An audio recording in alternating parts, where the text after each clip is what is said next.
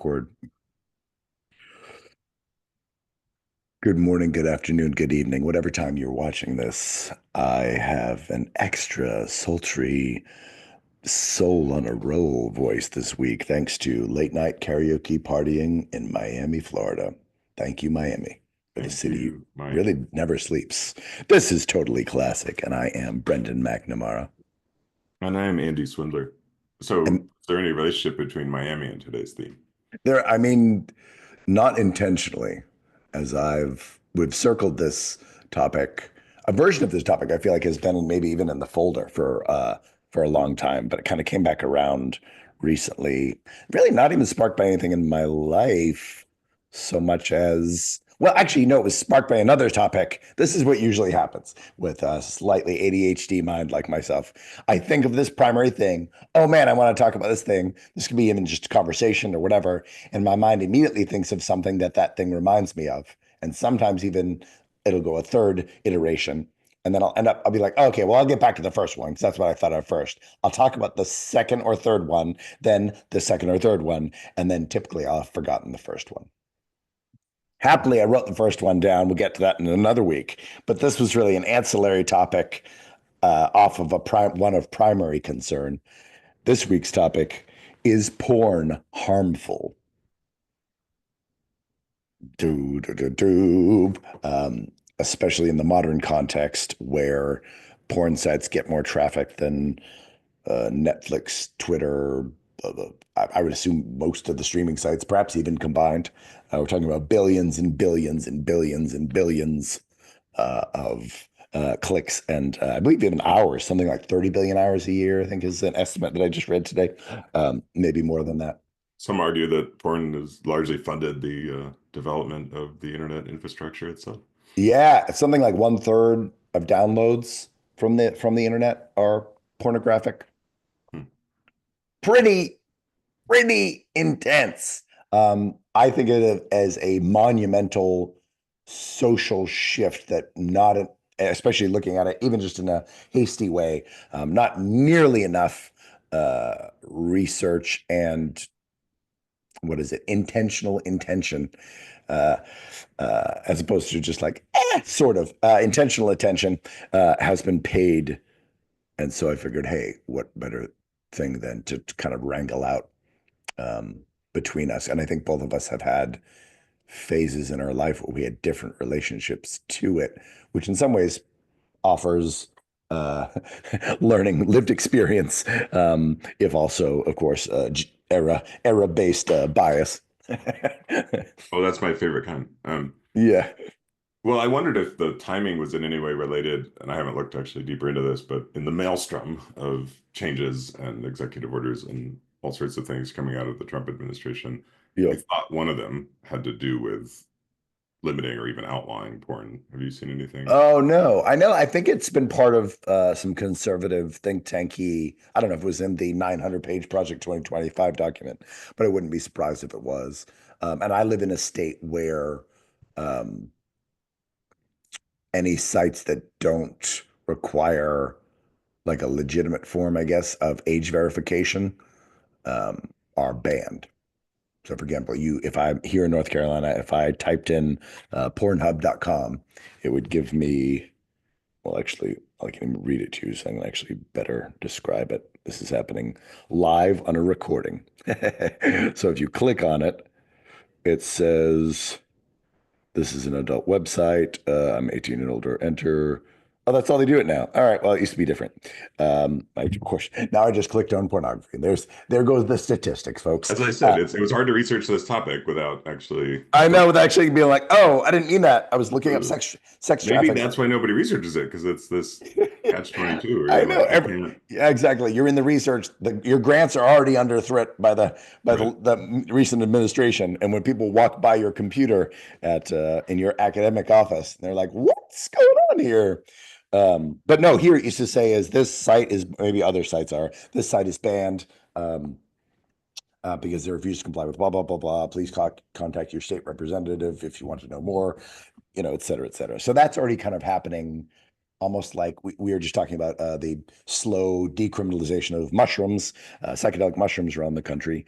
Um, As there's a You're saying you there's used to hit yeah, a there was a block. there was a state-based, yeah, that they blocked any porn sites that wouldn't do an age verification. Although having just clicked on a different Oh, site, okay. all you had to do was click I am over 18, Yeah, I which mean, seems that is paltry. But not even so much there as a yeah. retinal scan. I mean, come on. No, nothing. You don't have to scan driver's license, anything. So in some ways that it's how pathetic is that as an attempt to do anything, but there is an incremental movement to start to criminalize certain types of porn are criminalized, obviously in a bunch of different places, um, and they're trying to make it less and less readily accessible. I was reading a statistic today that by age 11, like over 53% of kids have viewed pornography. We grew up in the era where it was already post porn boom, meaning VHS changed pornography forever. See the movie Big Boogie Nights, a fictional representation of that alteration of the landscape. Um, but even more so, the streaming boom is probably uh, was even more substantial and has created really in some ways, an entirely different society. I think. Even just thinking, not even thinking about harm, just thinking about in terms of massive changes. It's just one of many massive changes that I, I it would be hard pressed to ascertain whether we are even evolutionarily uh, programmed to be able to understand this or move through this in a healthy way. Like we're exposed to the amount of sexual material that uh, in previous like eons, maybe just like the most conquering of like Genghis Khan. You know what I mean? Or like whatever, Louis the 16th. Like you would have to have been steeped in a world of such financial or essentially economic, I guess, privilege in order to even scratch the surface of the amount of sexual content that someone who has achieved nothing has conquered no one can immediately just pick up there, especially now with phones. I mean, obviously that like laptops and computers already changed it enormously. But now that like with phones can navigate it, the fact that you could literally be walking around watching porn all day long if you want to, um, as you go about your day, is pretty, if nothing else, it's just like wild and strange. Well, and I think that's made worse in a way. Well, a couple things. So yes, we grew up in this era where, I mean, yes, we had VHS. I didn't have a lot of access to that because Yeah. I'm pretty sure my parents had none in the house. So it would be like me, it'd be like my buddy whose dad had porn. Maybe he'd steal a magazine or he'd steal a tape, and then Yes. that was sort of my Yep. only access. Otherwise, I was on the internet quite early on a very slow modem in 1994, Yeah. and it Yeah. would take 2 minutes to download one image, and so there Yes. wasn't a lot Yeah. out there. So like, okay, yeah, or ASCII art, it'd be like the sort of like Totally. building little like characters to reconstruct a naked woman, which is actually Yes. creative and artistic in a way. And that's, Yes. I don't know, somewhere in here I want to kind of highlight the difference between like visual porn, like video, especially, which is so prolific now, to Yes. be trivial to your point, in terms of access, versus like erotic stories, which, as far as I can tell, seem to have no limitations, no legislation whatsoever. And I guess that's Yeah. because, well, if you're using actors, like, or if you're working with actors, clearly that's another human being. So all sorts of stuff Yes. comes into play. But if you're just writing a Yes. story, well, it's a story, and you can. So in Yes. a sense, that's, I guess, wonderful in the context of free speech. So that somebody could write a story about anything, Yes. even acts of sex that are illegal, uh, Yes. and put it out, and that's, that is what it is. Yeah. Well, that's fascinating to me. Let me just my sort of thumbs up, thumbs down. I'm rather certain that porn is harmful. Is it a net harm is a separate question. But is it harmful as are there continual causes noticed by multiple means of ascertainment? I would say almost absolutely yes. Which is, I think, one of the reasons we as a society need to like be discussing it, and it needs way better research, by the way. Um, that is my and I would include in that the Uh, yeah, stories as well. Stories, pictures, video, cartoon art, animation. We're heading into the virtual reality sort of AI porn thing is already occurring. It's already happening. Um, and so it's really only going to get more and more intense over time. Right. In the Uh, very near future, this is across every medium. Forget about yes, sex. Like we'll be able yes, to just tell an AI to create any scene we want and to yes. complete photorealistic everything. Yeah, it's really not that far out.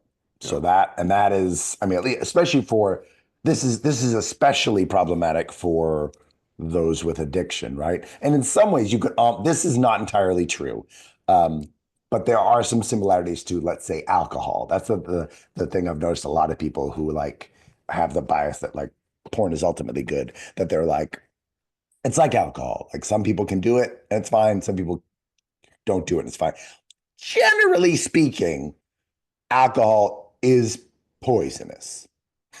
So no one would ever say, is alcohol harmful? Well, no, no, of course it's harmful. Like, literally, of course. No, there's nothing shocking about that at all. Now, what is the degree of harm? And once you get into addiction, and there are people who are more prone to that, blah, blah, blah. We have that sort of thing. Like we have layers of it. Um, but I again, don't know. that's I heard a doctor once said a glass of wine a day is good for you. So I know that's what people say.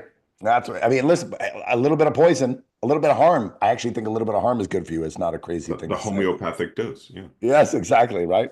Vaccines are built on this exact premise. Um, I know you're a big fan of the vaccine. some of them, yeah, yeah, yeah. Just like drugs. I'm a fan of some drugs, and other drugs I think are terrible. Um, Whereas porn, I don't think there's but we're going to get into this too. I think I don't think in the same way.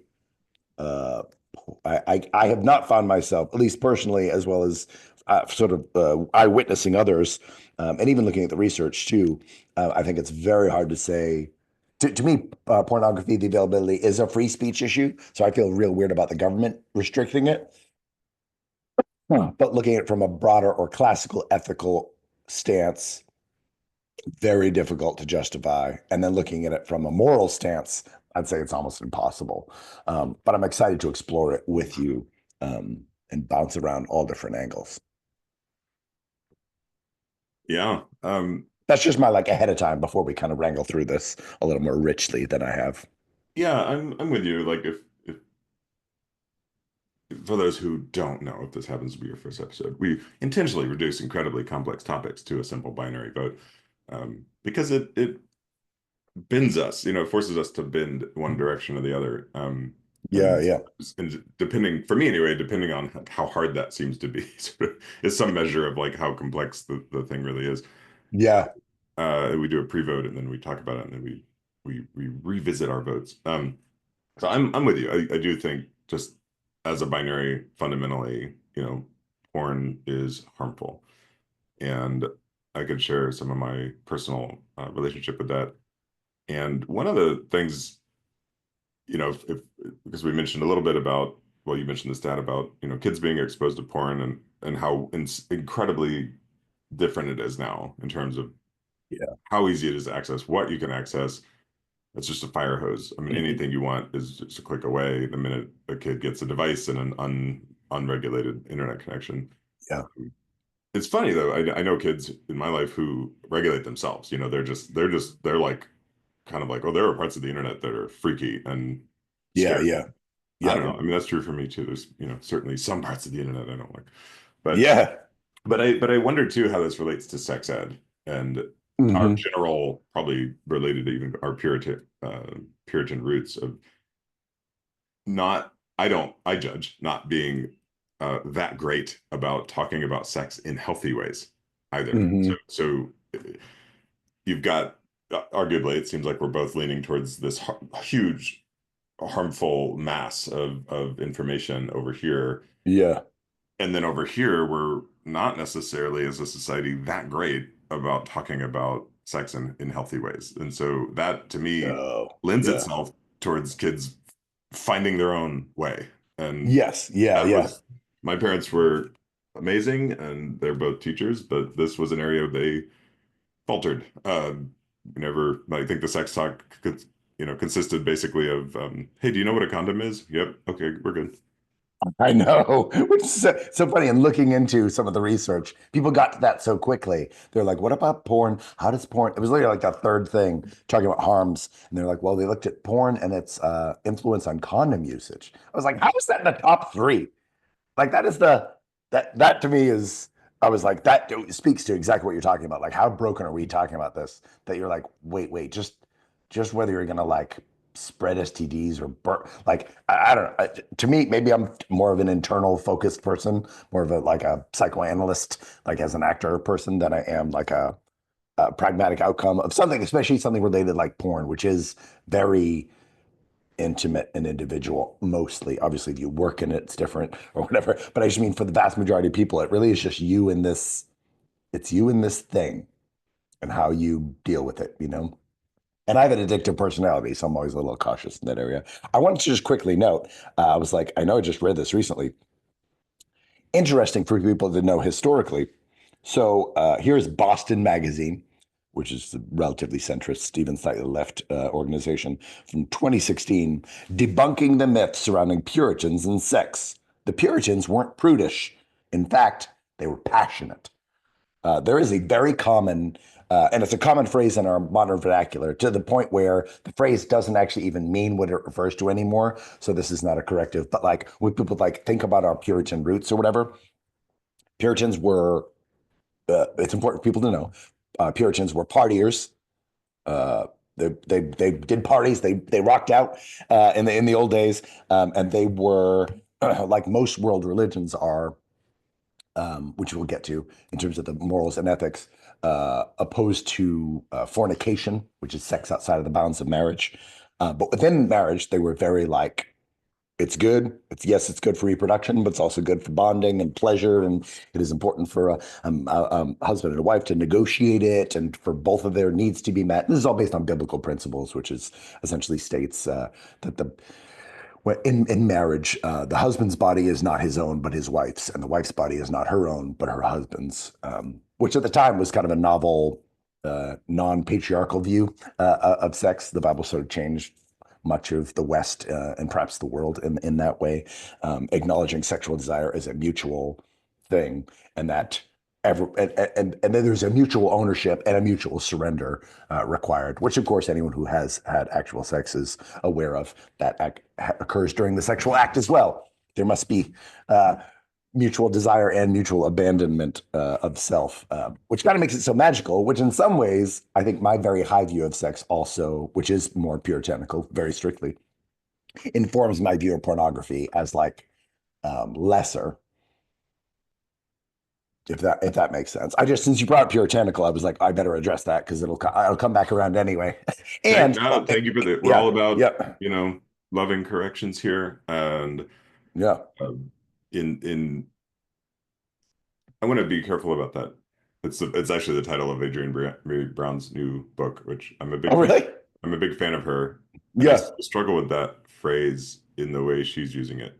Mm, I like it in the way that you just used it because it's like it sounds like an empirical fact about a group of people where there's a broad generalization that I sort of had heard and bought into because it yeah, just sort of is logical, pure Puritan.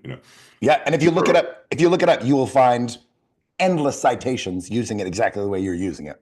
Hmm. But I also struggle with the word correction. And maybe this is an area where you and I are different, and Ooh, interesting. not to divert too much, but it's related to porn in the context of like, is something harmful? Yeah, Is it worthy of correction? And so yeah. I'm noticing that I struggle with that word because it, to me, maybe the danger there is it implies that there's like a very narrow correct path. Hmm. And I think that's what a lot of what we talk about. That's what some people even call fascism in certain contexts, where it's like, oh, Yeah, this is the way you must be and behave. And yeah, but it's challenging because as a society, clearly we have laws that dictate how yeah. we behave. Yeah, We also just have societal norms that dictate, what is yeah, quote unquote correct. yeah, yeah. So And even ultimately, we know this is the hard thing. Right? Well, because I know you're a moral relativist, so to me, the hardness of that is not the correct part, but it's the shun. It's the action is the part that gets me bristling. The correct part is not a problem. Whereas for you, the correct part might be actually even more problematic than the shun. Um, Well, here's an example. So you were just sharing about how you've been blocked a lot lately. I yeah, assume that's sort of somewhat regular given your not yeah, yeah. molecular, but your It's frequency, but your tenacity about how you kind of yeah, converse yeah, with it's people. yeah, And I'm guessing, I mean, I think my challenge with it is like a lot of people, you sent some of the screenshots of what you were talking yeah, about, like yeah, racism, for example. Some people would probably classify what other people were doing with you as a loving correction. Like, no, yeah, no, clearly this is, and you might classify what you were doing as a loving correction. And so yeah. to me, that when two people feel like they're trying to correct each other, it limits the ability to sort of grow together. I guess Oh, interesting. I'm figuring this Yeah, out in real time, but maybe that's my yeah, yeah, yeah. I think that's where see that's interesting. Well, yeah, from my internal bias, I'm like, okay, if that's I'm glad if that's what we're doing. I actually think that's what we're all here for. Um, And once we're in that mode, then we have to go, okay, well, how does one evaluate correct or not correct? And yes. it can't be in just adamancy of claim. We have to use through this is where evidence and to me, I love that because it gets me into the realm of evidence and reason, which gets us away from subjective considerations because that to me, subjective considerations are really where people's emotions seem to get too dominant. Emotions are always going to exist, but they become so dominant. Um, Whereas, at least in the other realm, we have a little bit of safety from conflict. Like to me, we're in the realm of diplomacy. We're closer to diplomacy than when, even just look at how diplomatic relations go. Tempers got high and they took a recess. You know what I mean? When emotions get too big, you have to go, wait a second, let's chill out for a second. Yeah. We need to be clear-eyed about correction. Right. If So that makes sort of a sense. diversion, but I think always related to No, totally what we're related. about. So, but thank you for that. And look, I mean, I guess I hope I'm right about this general thought. Like the Puritans populated this country, so they must have been getting They, busy. But yes. No, but the other reason I brought it up because what you highlighted is, I think, a really good popular trope, which is and I think, and I want to say this too as a Christian, are there people in the Christian world that are weird about sex? Absolutely. Are there people in the non-Christian world that are weird about sex? Absolutely. That exists within the human cohort. However, I think there's a misapprehension generationally that somehow like to be Puritan is to be anti-sex or something, and it's not at all. It's actually super pro-sex. uh, Explore it, go nuts, have fun. Like let's get wild. However, it is about correct path. It is about a narrower path than that which I think is currently sought in the secular world.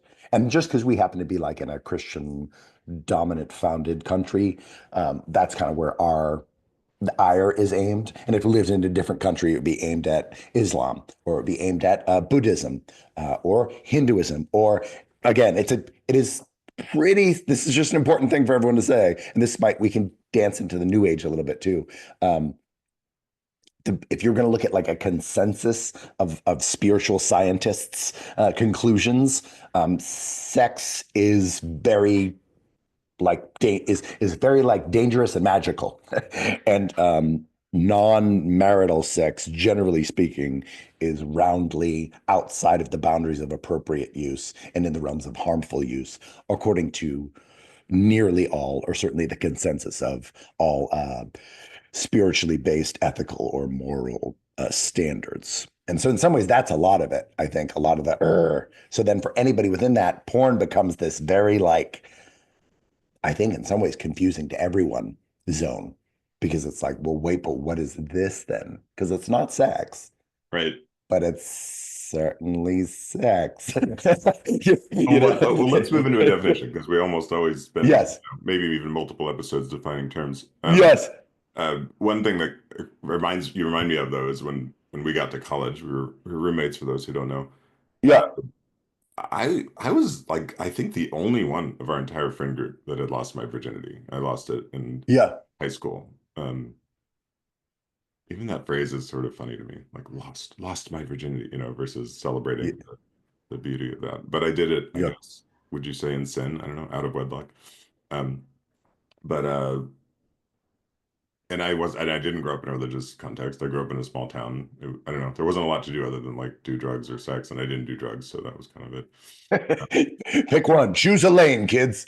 Yeah. Um, but here, like I was reminded of this when we were pre-gaming, and I actually didn't know the full context because it's just sort of in the zeitgeist. But in Yeah. Yeah. 1964, Justice Potter Stewart of the Supreme Court tried to explain, quote, hardcore pornography, or what is obscene, by saying, I shall not today attempt further to define the kinds of material I understand to be embraced, but I know it when I see it. So it's usually shortened to like, I don't Yeah. know what I don't know what porn is, but I know it when I see it. And I've Yes. Yeah. always been confused by that because to me it's like, oh, it's like naked people, people having sex, you know. Uh, Yes. and I'm Yeah. sure that is by like a too limited definition, but in that I will tease out one harm is that it limits, and I have watched enough porn to know that there's a very typical script, like there's a very typical sort of way. Let's just say Hmm. it's like your standard issue, heterosexual, two people porn. Yes. There's kind of like way they go through the sexual process that's fairly typical, Yes. and that I think I'll label that as the first harm is just that you know that this is Yes. connected to sex ed. Like if a kid is Yep. saying this, especially, they're just like, oh, that's the way it's done. Yeah, you pattern in a rote. Anything rote, right? Becomes, if unexplored, becomes a dangerous habit. I think, right, it's the life unexamined sort of thing. Well, let me just I'm just like, hey, what do people define it as? American Heritage and Merriam-Webster are very similar. Defines pornography as sexually explicit writing, images, video, or other material whose primary purpose is to cause sexual arousal. Hmm. So, for example, there are things available on Netflix. There's a series, I think, at this point called it's like 365 days or 365 blah blah blah. I don't know. I don't know if you remember the day. It's a harder core version of the softcore Cinemax, Skinemax era, or even again, let's not forget, guys, our prestige television world was launched by HBO, who had a dominant catalog of real sex episodes running pretty much any time after midnight. Um, so That was a great show. it was, I mean, talk about educational. I mean, it was documented. It was like, Hugely. oh, these are fascinating insights into people's lives. Um, so I was like, in some ways, that's a pretty good definition. Now, the difficulty there in terms of knowing it and when I see it is primary purpose. Because of course, erotic art has existed since time immemorial. Erotic art has probably been both artistic primarily and sexually erotic primarily. And societies have argued about it and imprisoned people over disputes about this exact the assessment of what the primary purpose of something is. And we have this issue with all created content, which is the eye of the beholder. Um, becomes very difficult. I mean, listen, on any site that has porn in the name of it, at this point, I feel like they've freely admitted it. In which case we can kind of like we don't have to argue through our conclusion as much or whatever. But there are other places that are clearly porn sites. I'm trying to. I don't want to lead people to them or whatever, but like there's like literature ones that like speak more of erotica or and I'm sure you've seen this in your cohorts too of like when people want to soften it, they'll be like, oh, it's erotica or it's it's burlesque or blah blah. You'll kind of be like, oh, it's this too. But to me, it's if it's anywhere near the top three, I think that's where it'd be more salient to live with pornography, like calling it pornography, and not even and taking it out of the primary only because the prime arguing whether something is primarily anything is maybe too long of a conversation, and I love long conversations. Well, that's fascinating because I do know some friends who are burlesque dancers, and I wouldn't call that porn, but it would fit in the definition. It's clearly designed to arouse. It's Yeah, in some ways it's the more artistic or the more limited, or what am I trying to say? That it unfolds over time rather than just yeah, like plopping you right into the middle of watching people have sex is more arousing. And but that's really interesting because that would actually fall into that definition you just read. an Yeah, yeah. I image of think performance designed to arouse, but I wouldn't call it yeah. porn. Right. I know. Well, now, well, because I feel like we have such a proliferation of like that which is clearly and not inarguably such. And Right. that's, I mean, that's primarily what we're talking about here. But yeah, anything that aims to, and this is the same thing we've struggled through legally, right? Is prurient interest, right? That which stimulates prurient interest, most especially like in a primary sense or even in a general sense. And that part does get very tricky. So in some ways, I don't know if we did want to do this episode in an hour, like these are, like you're saying, these are definitions that one could wrangle out for a long time. So in some ways, I actually really like the Supreme Court. It's kind of a joke, but the Supreme Court justice's quote, it's kind of humorous more than it's, but there's a joke with an element of sincere truth in there. Yeah, well, we can unpack this a little bit more in terms of our personal experiences, but I went really deep in this issue in 2021, Yeah. 4 years ago. And part of that was a 30-day abstinence from porn, Yeah. sometimes known as no-fap, although I was looking it up today and I was like, oh, maybe it seems like no-fap is typically a 90-day period, but basically refraining Oh, from not only porn, but masturbation and ejaculation in particular for a man. And and then I later reported I was part of a men's group called Organizing White Men for Collective Liberation, and I co-led a session on this. yeah. And I took it upon myself to define it because I did need to be Yeah. specific about what I was talking about. And so I Yeah. started For saying, yourself. I'm talking about visual porn, Yep. particularly filmed and available on the internet. Yep. So I still think that's my dominant definition of it. Yeah. I think that would be the dominant mode of consumption in modern parlance. So to me, if nothing else, that's the tip and maybe halfway down the spear. Yes, I know. Everything sounds vaguely sexual when you're talking about sex. I was like, I It's didn't occurred to when me I several times already in this episode. you're like, oh, but also, I mean, maybe yeah, maybe that dominant, that's slightly more male than female mind, but that's also, I also think social in the society we're at.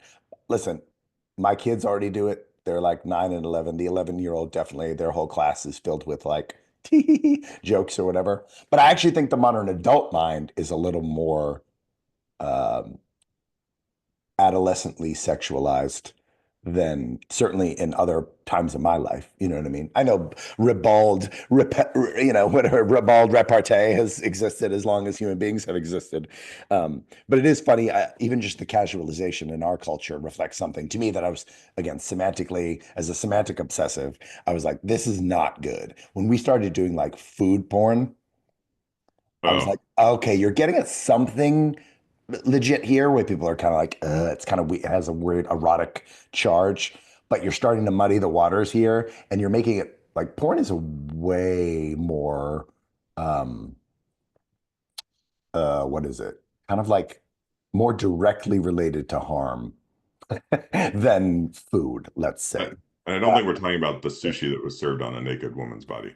Yes, exactly. Which I got to tell you has one might consider pornographic, but there's nothing sexually arousing about that to me. And this is where the subjective eye becomes important, where you're just like, how is that porn? There's nothing sexy about that. And how is And it good actually, for sushi? It's supposed to be served cold. yes, and even things on porn sites that you're like, how is this sexy? That is sad, right? Um, so yeah, no, we do our context is such that I think the we are generally speaking about yes, about that which is like intentionally overtly self-identifying even as erotica or pornography or whatnot. For me, for my own at this point, I would literally call them struggles more than call them explorations. Though early on, I think I maybe fuzzed it over in my brain by calling them explorations of pornography. Probably first access through magazines when I was probably in my maybe that 10 to 12 range. Again, it's always somebody who has it. And then probably a little bit ever occasionally on tapes. I bought a tape in college. You could buy just at like a corner store. But I was always more drawn. I heard this is more of a more women than men consume pornography this way through literature, Mhm. because that's how I was exposed to pornography myself, like in an intense way from probably when I was like 8, 9, 10, 11 and there reading. So my first pornographic like material experience was literary. I It used to was hear them referred to as trashy romance novel. Yes, yes. Well, in mine, it was Henry Miller's Sexus. He has three novel series, Sexus, Plexus, and Nexus, and they're not, I mean, they are, I'm sure that they were, they're pearl-clutching material at the time.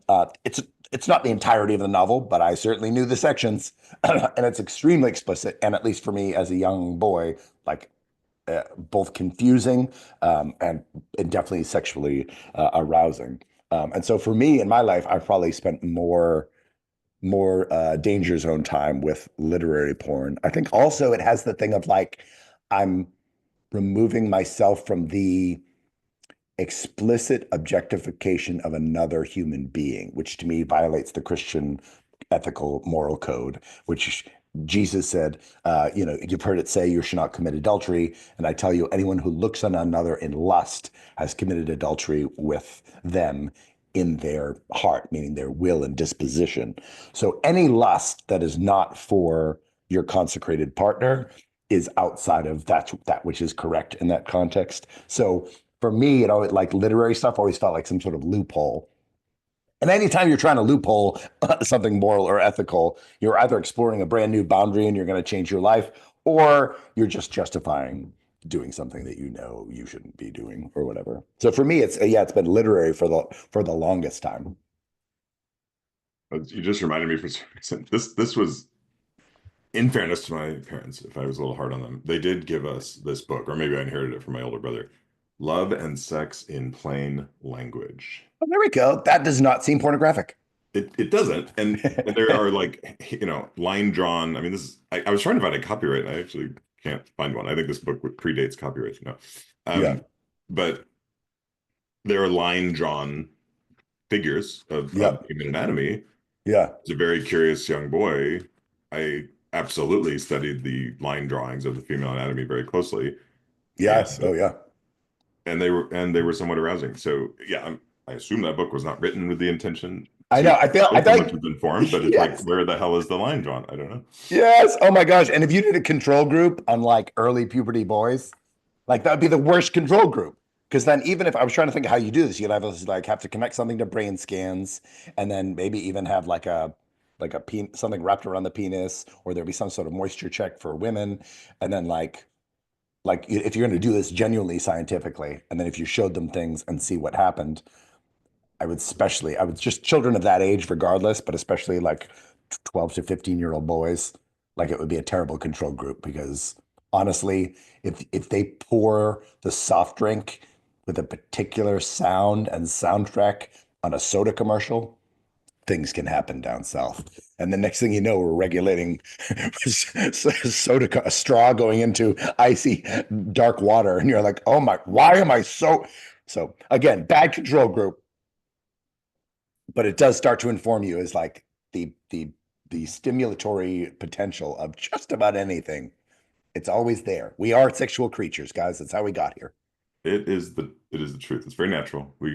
I think are both quite sex positive, maybe with certain limitations such as marriage and whatnot, as you're describing, but Yeah. nonetheless.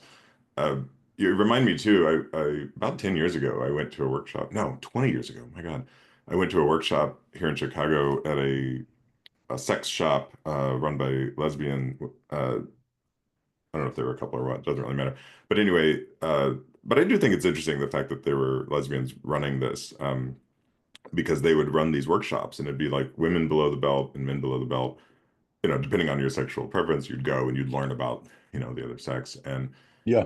this, especially learning far more, even that's in this book about the female anatomy, which I'm not even sure was generally known about the female anatomy when this book was written, because there's a lot of complexity there. Uh, but they mentioned a stat, and I'm gonna get these stats. Let's take them with a grain of salt, but they're kind of close enough to still get the point driven home, which Yeah. was Yeah. that by age 15, 100% of boys have masturbated to completion.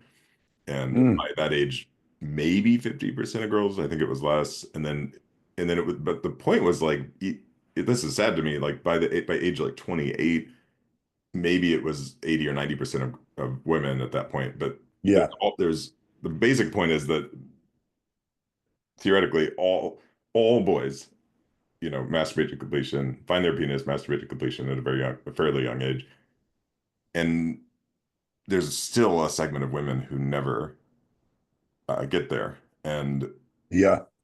and I want to, we could keep branching off into sexuality as a much bigger concept. So I want to bring this back to porn, but I'm curious, and especially if we could dip into ethical porn a little bit, it's like, are there ways that porn could actually help bring more people into their sexuality in healthy ways? Interesting. Yeah, I don't know. Well, this is almost, I don't want to diverge too deep because we can do this as a whole separate topic episode, I think, that is masturbation harmful?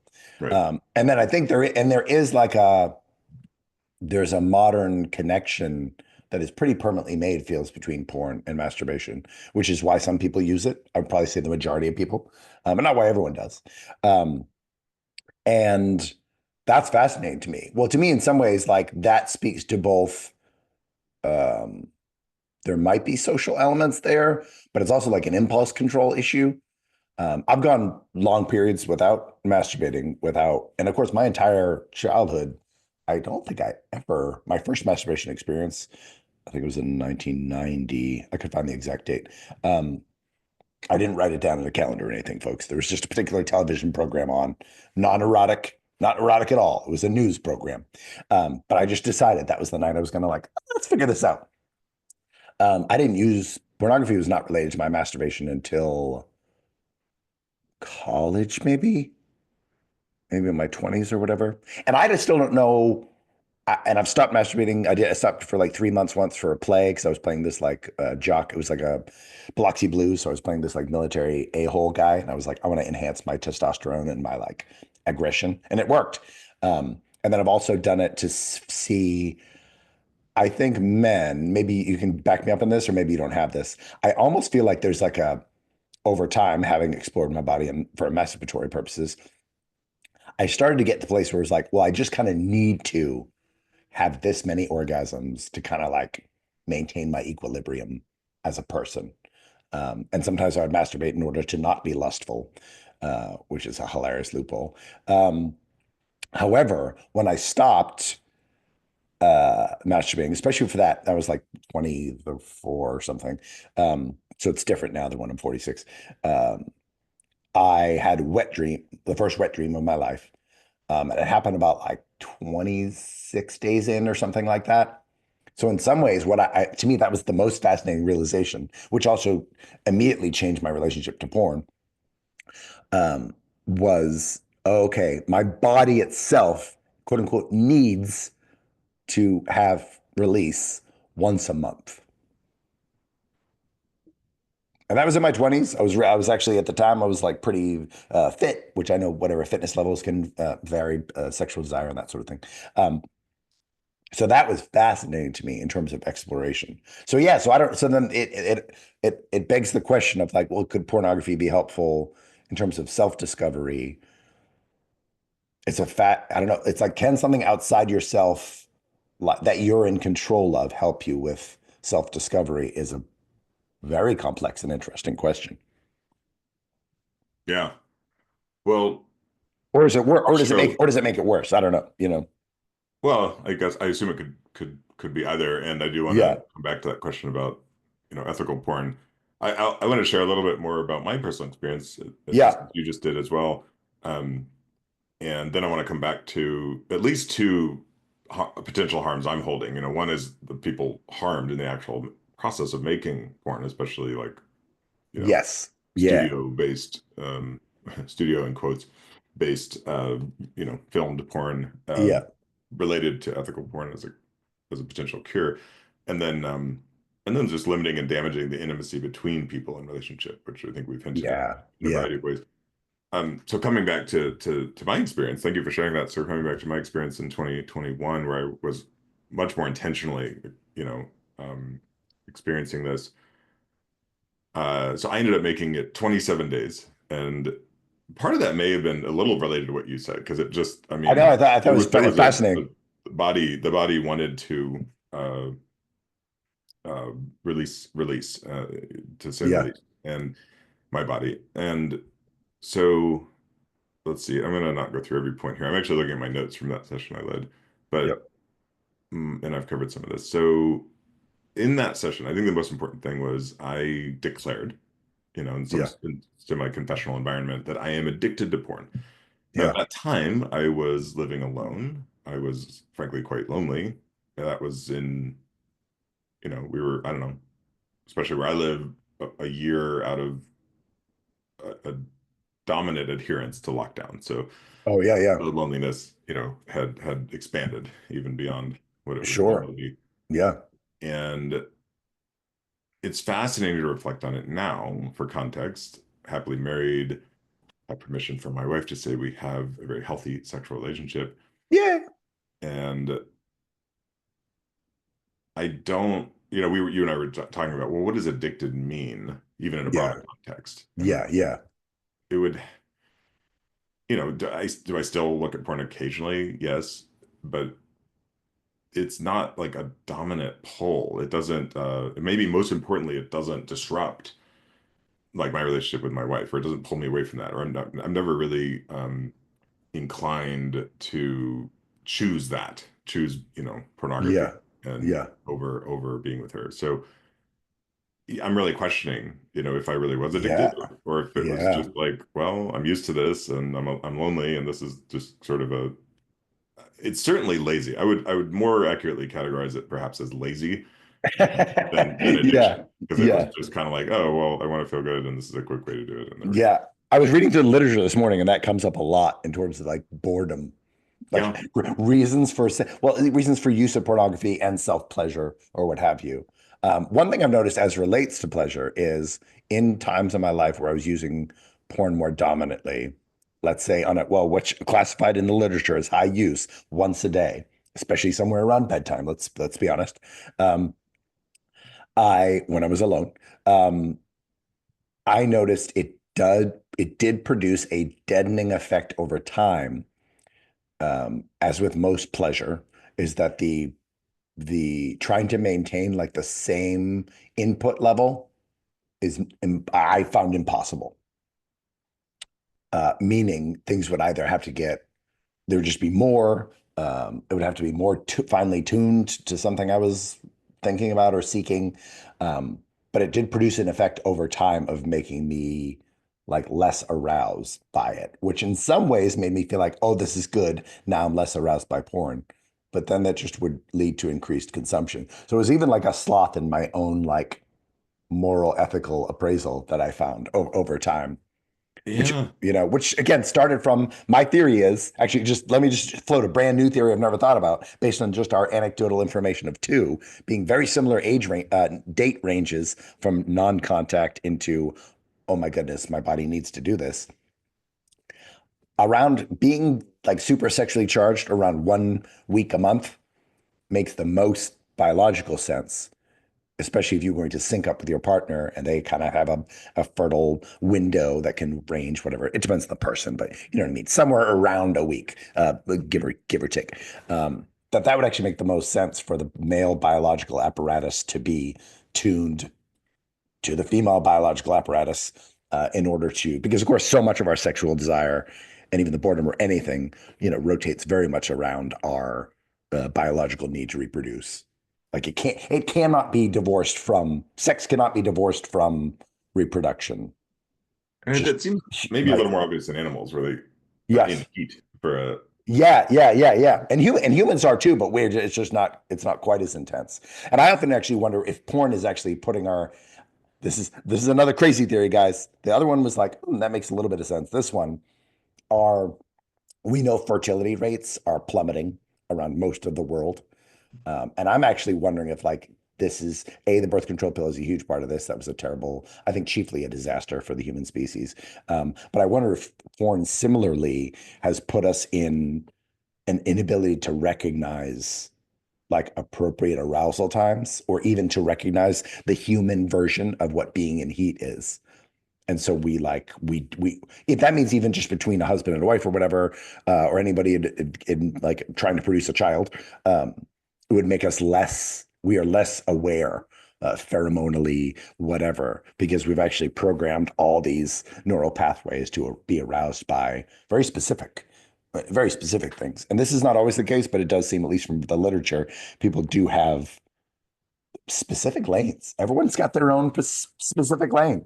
And I'm assuming all the whatever the search engine bots have figured out, once you have a user profile, I'm sure the algorithm is tightly coordinated to whatever your like, seven to whatever, not 34 different like micro genres, appeal to each person. Oh, and I'm sure we all think we're far freakier than we actually are, if it was all out there. Yes, yes. Well, oh, and you'd actually talked about the sex education part too. 80 this I read this study in like three different pieces. There was one study that studied on pornography in 2010. It was a while ago, and it might be higher now. I don't know. They analyzed a vast number of pornography. Again, very hard to be an academic at your desk. Swear I'm logging out. This is important. They found that 88% of porn at the time featured physical aggression. And at first I was just like, well, all sex is physically aggressive. That's just kind of the nature of what sex is. But Right. they meant choking, spanking, biting, striking, hitting, like kind of accelerating into the realm of like, oh, these are acts of, one would hope, consensual violence, Right. but violence nonetheless. Which is another fascinating aspect, which I've heard this again. This is just anecdotal, although it comes up a lot in it was a big part of Euphoria. It's part of like modern entertainment. We're struggling with this too. Billie Eilish has talked about this in her sexual exploration. So it's just it's in the ether of a lot of kids now, kind of assuming in that sex education sense that some form of violence or like that outside of the sexual context what would absolutely just be violence. So we can call it that, but that violence is sort of part of sex and very normal to like choke to choke to some degree of what is it, respiratory limitation, hitting, that sort of thing, as just like that's just Erotic typical. asphyxiation or something. Yeah, yeah. As Uh, making that typical. It's kind of fascinating. yeah, and I think that ties in a bit going back to the I don't know, for lack of a better word, like the program I was involved with. I mean, it was facilitated. They were providing videos, Yeah, talked about brain chemistry. There were lots of guys on this like Telegram chat, yeah, telling, sharing vulnerably of sort of a video journaling. It was, yeah. I mean, it was actually pretty cool the way it was organized. One piece of advice I had related to boredom was just get out of the house. They were like, if you're just lying around doing Touch nothing, grass. Go touch grass. and again, this goes back to the if it's true, like the stat, like, well, why you sometimes refer to the body as a geographic equation, and it's like that's how I think about sexuality. It's like, well, Yeah. boys are gonna find their penis. That's just the way it is. Yes. Yeah. Or That's rather, right. Yeah. they Watch. better if they want to aim when they piss, and then one day you're like, wait a minute, there's other things it does. Yeah. Yeah. But That starts pretty early. the related to that, and also tying back to porn in a different way in addiction, is how it impacts the brain chemistry and Yeah. the Yeah. dopamine addiction cycle, which Yeah. shows up in other areas of addiction, even well, Yes. whatever. Yeah. And that one aspect of that is that needing, particularly in the case of porn, is like needing more and more extreme versions of it Yeah. in order to continue getting aroused. It's like you're wearing out the muscle or the ability to get aroused. Yeah. And that's that's I think that's one of the most harmful, things. And then that relates to, I'm just looking at some of my notes, kind of like how it impacted me. One of the things I Oh, noted yeah. that it was, um, I mean, I'll just like run through this. So it created a more transactional relationship with sex. Yeah. Uh, it reduced my power and kept me like weaker. Yeah. It Oh, was especially just, yeah, it's even truer for men, I think. yeah, it's funny. We wanted to watch the new Nosferatu movie, and like you can't rent it yet. So we were like, Yes. let's see what other Nosferatu movies have been made. And we went back to 1922. This movie is 103 years old. I know, dude. I was Yeah. like, holy crap. So we actually Yeah. were like, okay, let's watch them all. And the only one I really remember is Bram Stoker's Dracula. And there was that scene where like they're keeping him weak, but both like by Yeah. sucking his blood and I think sexually. Yeah. Um, Yeah. anywho, I digress. Continuing on my list, the like neglecting the nature of my, masculine biology and power that exists in semen. And as a slight aside, I have looked into my own fertility, and I have not found conclusive evidence as to Mm. fertility is increased or decreased through more frequent ejaculation. That's No, I could not. I looked for that this morning. I couldn't not find clear to anything me. yet. A confusing addiction with desire, Yeah. making a woman's physical form the highest priority for dating, avoiding bigger Mm. problems in my life. Just Sure. avoidance and Yeah. addiction seem to go hand in hand. They Uh, do. reduced desire to date, since like, oh, like women are kind of like, Oh. I can just, if the only thing is getting off, it's like, well, I figured out how to do that on my own. Um, constantly Mm. scanning the world for sex, lost time and opportunities, and and difficulty, getting aroused without porn, or even needing to think about porn, during the act of sex. And I think that last one is probably the most harmful. It's definitely the scariest. Yeah. Coming back to how it would actually directly negatively impact, but I'll just say intimacy is a general term, Yeah. with Yeah. a real live human being that I care about. Yeah. Well, that's an even interesting. That's not even probably primarily what and when I started thinking about this question, but that is an in terms of is porn harmful to me when I or as I consume it or over a period of time consuming. I think it's so funny. So much of my stuff I was looking at, I was like, oh, okay, well, and as you just look into porn harms, people are like, oh, okay, well, does it increase? What is it like acceptance of force or acceptance of rape myths? Does it increase? What is it like divorce rates or assault rates or whatever, and not sort of as a general thing, as far as I can tell from the literature, it doesn't increase assault perpetrations of assault or rape, although it does seem to increase the ideation aspect of it, meaning you're more comfortable with it as a concept. So that whatever, I guess the fear is some sort of um, downstream thing, but it's interesting to turn it on yourself. One study that led to this, I think there's a little cognitive bias for me in this realm. They did a couple studies. They did a full across all adults, and then they did an 18 to 25 looking into porn use and casual sex encounters and happiness, kind of coordinate all of these. And for adults, it really didn't make much of like the full adult cohort didn't really make any difference. But for young people, it was like a 7-time increase in unhappiness, essentially multiple unhappiness markers and casual sex encounters. Like it vastly multiplied for 18 to 25. Now, when they did it, this is also like an era. This is like an appropriate era where it was like 2012. So this is like when porn was becoming like video porn, especially readily, like quite readily available, that sort of thing. Also, this led to my theory too, was I think casual sex encounters are actually very similar to porn. So I thought it was interesting. They linked them there, meaning that it is a more transaction, like so a lot of the same things you're talking about. I was like, oh my gosh, you could say every single one of those for casual sex. Like, I mean, why would I date if I could just do this? Um, I'm just less interested in this. I just do it out of boredom, et cetera, et cetera. And I was thinking through my own anecdotal lived experience, echoing this as well, where at least early on, I was just talking about this with RT the other day. Like, I had multiple friends who have only had sex with one person, non-religious reasons. That's just like how their life played out. And then, or how they designed their life to play out. And then I remember early on when they would have like hookups, and I guess I don't mean it in the modern sense. I don't 100% know what hookup means to a modern ear, but meaning hookup, it used to just mean like you wouldn't have sex, but you might do other things. Lots of kissing, maybe some disrobing, maybe some hand play. It sort of ended in that realm until you could kind of define it as something else. So hookup was like everything up to like definable acts, hand jobs, blow jobs, etc. So, and they were very consistently uh, report like unhappiness post activity, like whether that was an orgasm or whether that was a uh, see you later the next morning kind of thing. There was this, and then over time they reported that less and less. So my whole theory was like, oh, fascinating to me that there's this, and I think it happens with porn and casual sex that there's this like a callousing that occurs where there's an early sensitivity that we all have, and then over time social ideate, like again, I think our general society is super pro casual sex. um I see almost no pushback on that in terms of like how the society in the US works. um but I was like, they're fascinating, especially in your list to me coalesced this, where I was like, oh dang, that's a fascinating crossover. And so they might actually be harmful in similar ways.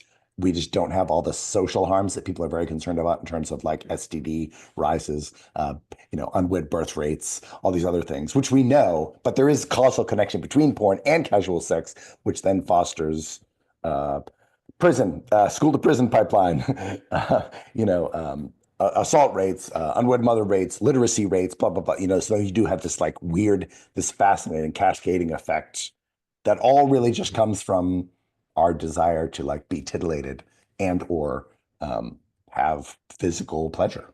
Well, yeah, and there's another correlation coming to me, which is for the most part, I've been a serial monogamist, early in my life. But there were certainly periods, between long relationships where Yeah. I actually, this is fascinating. I desired to be having far more casual sex. I mean, like Yeah. like fancied myself being like a playboy or something, and it very rarely worked out that way. And then along came online dating, which is Oh especially yeah. Tinder. And I don't totally mean to pick on Tinder. There's one virtue of Tinder I found was that it's because it's so superficial, it gets you to meeting the person sooner and not doesn't rely Yeah. on some huge long weird dating profile. So that's Yeah. sort of the benefit. But the negative is it is basically hot or not. You're just swiping right or left, and Yeah. that for me turned into a dopamine addiction. I mean, there were times it was like a slot machine. Oh yeah. Literally Yeah. sitting there Yeah. like swiping Yeah. people, and so there's yet another correlation. I mean, it could be like pornography, casual sex, and on how some of these dating apps work, and just turn Yeah. Yeah. the basic transactional dopamine. I'm well, and since they were invented post internet porn boom, I have to assume it's part and parcel to the research. And at least for my again more lived experience than research is that like dating apps even more so than dating sites definitely open the door to to me it's like legal free prostitution is kind of how I've witnessed people using it. Not everyone, but they're basically it's like a cat like for a lot of people um it's really it's kind of almost before, it's for in between relationships for a lot of people Like where it's mutual like prostitution. yeah like mutual prostitution yeah well where it's like just like we looked at the definition of pornography as like primarily for sexual arousal, then to me, I've noticed dating apps are like a lot of them. A lot of people use them this way to engage in relationships that are primarily about sexual arousal, Right. which means we can term some relationships as pornographic as opposed to relational in and of Maybe themselves. I You always know? associate prostitution with a financial exchange, but maybe that's not true. Yes. Yeah, Yeah. yeah. Well, that could be as simple as as a cup of coffee or whatever. And I just mean in terms of the what's the like when you prostitute yourself at work, you can even just going above and beyond. I guess there are other ways Yeah, I hear what you're you know saying. what I mean? I I hoard certainly myself considered this at a as, party. It's a as a casual use. man who was dating. I was like, you know what? As a man who's dating and a self-described feminist, I was like, wait, this doesn't add up. It's hard to I'm make it all going add up. broke. Yeah. I'm going broke on all these first dates because the expectation Yes. thing. And so eventually, Yeah. and a lot of people agree with this, including women. It's just like, no, go Dutch on the first date. Like, I don't. Yes, yeah. Keep it simple. We're just meeting, guys. This is just a meeting. But through dating apps, especially, I feel like though the at least again, this may not be how everyone uses it, but this is at least people in my cohorts do. It is dominantly sexual based. So for things not to end up sexual on date one, it's kind of like, all right, well, that didn't work out. Or date two or three, like pretty rapidly into the exchange of meeting each other. You're kind of like, yeah, I just kind of didn't feel it. And a Right. If lot you of didn't have times sex on the first date, it was probably a no-go. it was like, yeah, and that's both from I would say even more dominantly for women I was around, but then I'm assuming it also would be dominant for men, which is like, yeah, I just wasn't into it. Now, of course, you can't divorce that from the fact that I insist that most of what like makes you like into a person is sexual biological uh like compatibility, right? Yeah. The kiss test is not about Pheromones. yeah, it's pheromones. You're literally checking all their biological information. So That's obviously why that I makes know some sort of sense, but a good friend, well, you met actually at the wedding, plays music for dances. I mean, there's still yeah, what we call it square dancing in elementary school, but it's like I haven't seen love that it. or been exposed to that, but it does exist. And I always thought, Yeah. oh my God, that's that's the way it ought to be done, because then you're Yeah. in a very I don't know, polite way, but also a pretty close way, you're experiencing other people's bodies and pheromone. Yep. And it's all Yeah. mixing Yeah. together. And negotiating movement Right. and negotiating incompatible movement, finding out sense of humor. I think especially in terms of incompatibility of movement is really vital because I mean, like I speak of someone who's been in a 30-year relationship. That is vital because you are going to be incompatible at some point. Right. And so you better figure out how to negotiate those incompatibilities with like some sort of attention and patience. And oh yeah, dancing is amazing. So I wanted to touch maybe briefly on ethical porn just because I didn't Yeah. super deep into this area, and but it's something I've been curious about for years and years. And Yeah.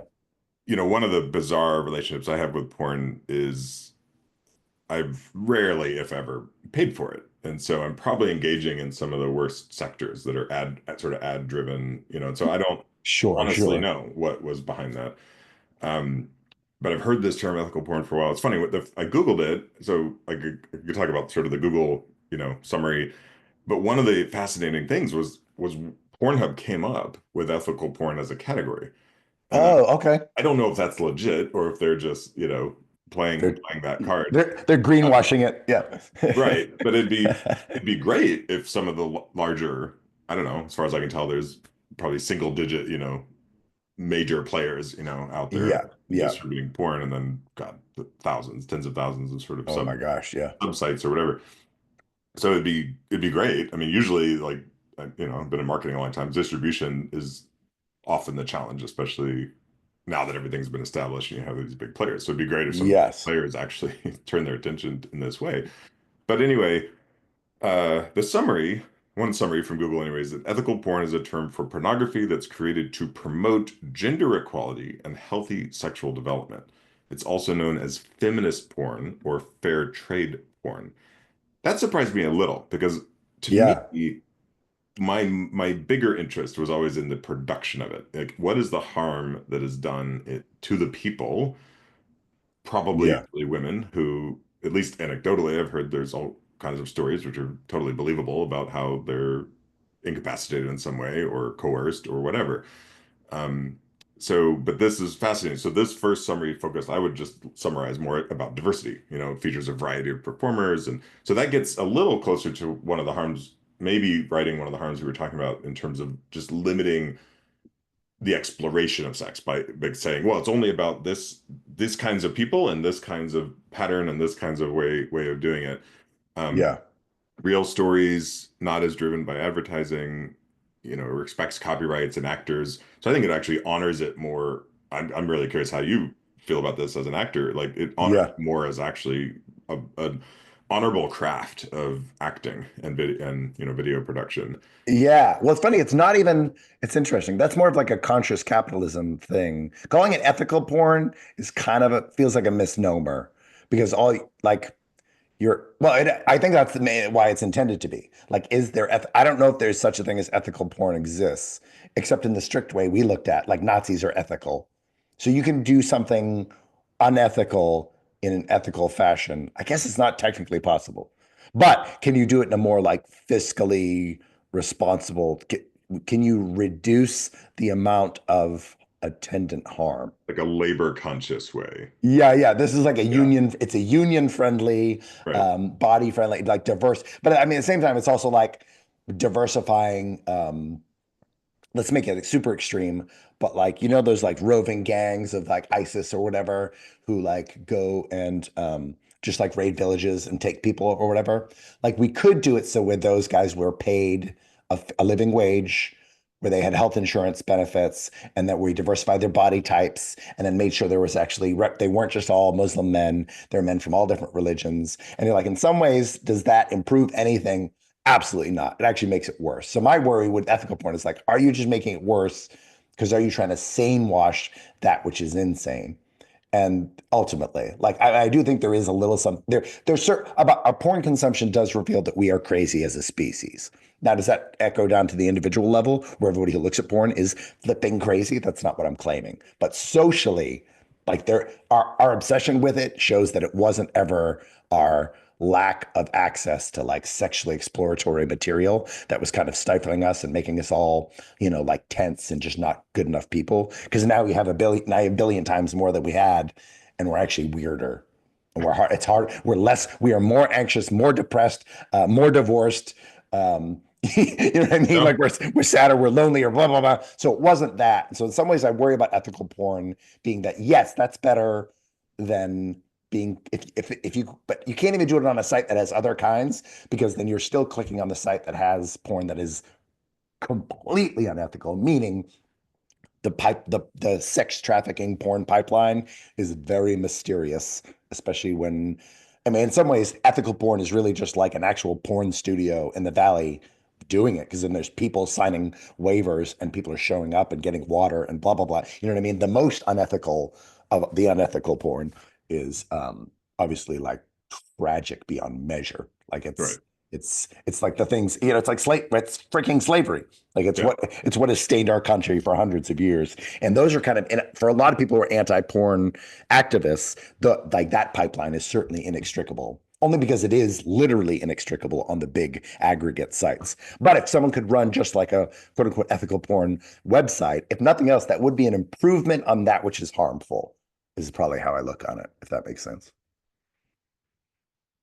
I'll be done. Yeah, and the two other areas that come out, which you've kind of touched on, are consent and respect. So consent, Yeah. suggesting, 18 years old, they're not impaired by drugs or alcohol, they're not forced directly, which would obviously, you know, knock out the entire sex trafficking arena. Yes. Yeah. And then there's safety measures like they use prophylactics, and then labor measures, right? They're fairly compensated. They work Yeah. reasonable conditions. This is union stuff, right? They have reasonable work days. They Yeah. agree to, and then sexual boundaries are protected. Like they get to, sort of have declare their own boundaries about what they're willing to do or not. Yeah. Yeah. Um, and so as you were talking, I was like, well, maybe the most or potentially only truly ethical porn might be a married couple who record themselves having just their loving, married sex, Yeah. distributing that and then sharing that. It's Is that fascinating, an right? example of ethical porn? Interesting. Yeah. I mean, from within the Christian ethic, no. Um, Now, if that was done not for primarily sexually arousing purposes, which would be Art, this is yeah, the art and or instruction.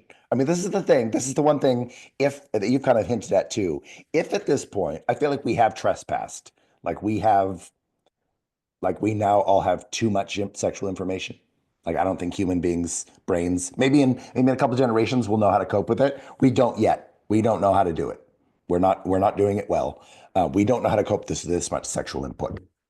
So, but attendant to that, like because this is where we're at, and maybe it's never going back, the genie's never going back in the bottle, then like is there some can we save it somehow? The same thing way you're talking about it. Can you make it ethical? Well, you can reduce like STD and safety, but you can't reduce like safety, heart safety. You can't like a person like personal safety. It's like, oh, okay, like if your rapist uses a condom, you're like, that's better. Is it? Sure, kind of, not inconsequential, really, in some ways. yeah. You know what I mean? Yes, you reduce some of your risk, but nonetheless, like it's not like you are less traumatized on an individual basis because of that Like necessarily. for years I've been saying, safe spaces, which we often talk about in Yes. the EI world. Yeah. Safe spaces is like safe sex. Yeah. You can only Yeah. protect so much. You can. Oh, and that's just yeah, that's the nature of obviously like of humanity and sort of unavoidable. However, since it's all exposed like this, is there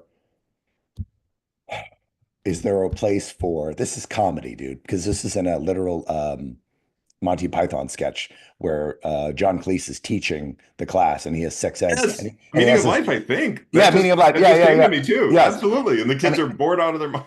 yeah, and then he has his wife. He's like, his wife comes in, and he's literally like, "Here, let me just show you." Now, to some degree, explicit sexual instruction. All I'm saying, folks, I'm not endorsing it, and I'm not launching a website that I'm announcing today, but I'm saying, especially from a secular point of view, I can definitely see, be like, is there a way to weaponize this for some benefit? Meaning, if you could talk about sex in a much more frank and open way. And this is where I feel like the modern Christian, not puritanical, like, and this is Christianity's problem, is how not puritanical they are, um, is weird in talking about sex. So when I grew up, like, people didn't talk about sex nearly specifically Right. enough for what Right. I feel like would have been helpful to me. Now, maybe I just think that would have been helpful and it wouldn't have been. I don't know. I can't live in the multiverse, but there's something there as to like, are there instructional things in terms of relating between two people, especially because it's a dude, it's a powerful area of human interaction, and it is, and this again, this is why it's related. This is why it's addressed in every single religious code across the entire globe, always and forever. Is there is power in sex that is beyond that is dare I say it, it can cross over the divine. It can be it's inordinately powerful. It's incredibly powerful, and I believe that it to honor it, to talk about it is to honor it, Yeah, and to normalize it. And I believe normalizing things generally leads to less extreme behavior. And I believe there's some evidence of this. I yeah, want to say Denmark, but there are some countries where it is far less sort of taboo, even yeah, in the most basic discussions about sex. And yeah, it'd be interesting to look at how that's played out yeah, there. yeah. I Well, did want to. final So words before our final vote. yes, I wanted to address this one study. This is a difficult one. This is the case with a lot of things. This is an original study. They studied, and I appreciate this because most of the studies on porn and harm or benefit are super subjective.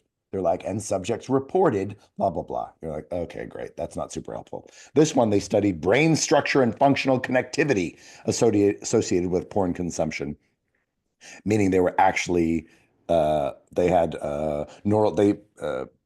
neural structure was addressed, measuring through morphometry and functional connectivity with magnetic resonance imaging scans. Like this is the stuff. Okay, now we're starting just barely to grasp the surface.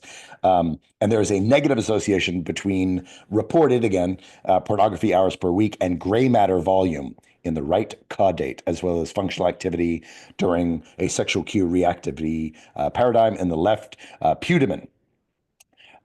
So the more consumed, the more brain damaged you are. I just want to say that this is a small study of men. The big issue is based on the length of the study, there's no determinant, like fundamentally, like this is so determinant as to are we talking chicken and egg here? Meaning those with lower like brain activity are more drawn to porn, or porn leads to lower brain activity. The good thing is, either one of those conclusions should lead you to go, oh, snap. I mean, talk about, I mean, to me, that was the most, that is the clearest, like, objectively obsessed, like, assessed, here's a harm. This is just on an individual basis. I think most of the harms of porn are social, are actually like broader than on the individual basis. But at least here, there's a possibility, folks, that I've made myself significantly less neurologically connected. And I say that for myself. So it's not to just say, you people, listen, I believe that's true for me. yeah, yeah, Yeah, we can name that as an evident harm. an Uh, evident harm. And and now, listen, some people would want to say get dumber because the future is just going to get more like idiocracy and you'll fit in. But I would generally say let's eschew that sort of fatalistic, that fatalistic prediction, please. Let's all become the most supremely controlled and liberated versions of ourselves. and let's believe in human connection. Let's believe in the Yeah, sacredness of this physical and emotional and it invokes, I don't know, just about everything about the human spirit, I think, the act of sex. it really does. Again. So final vote, is porn harmful?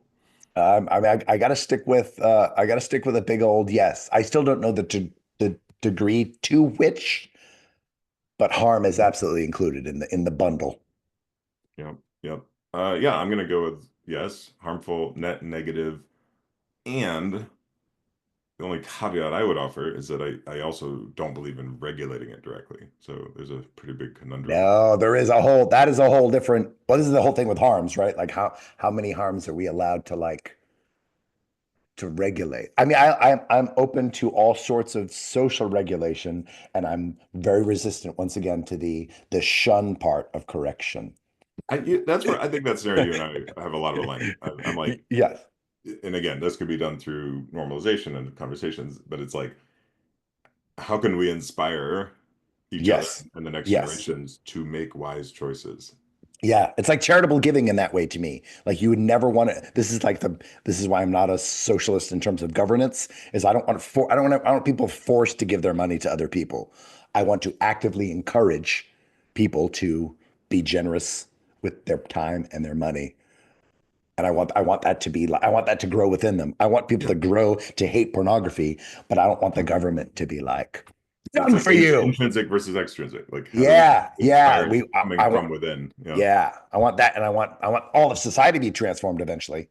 But I want to do it without essentially just harming in order to get rid of a harm. Yeah. If at all possible, I want to avoid that measurement. Beautiful. Love Beautiful. you. Thank you for Love. exploring this. I love you. Thanks for being honest, and thank you for being you, Andy. I love you. Thank you. Love you.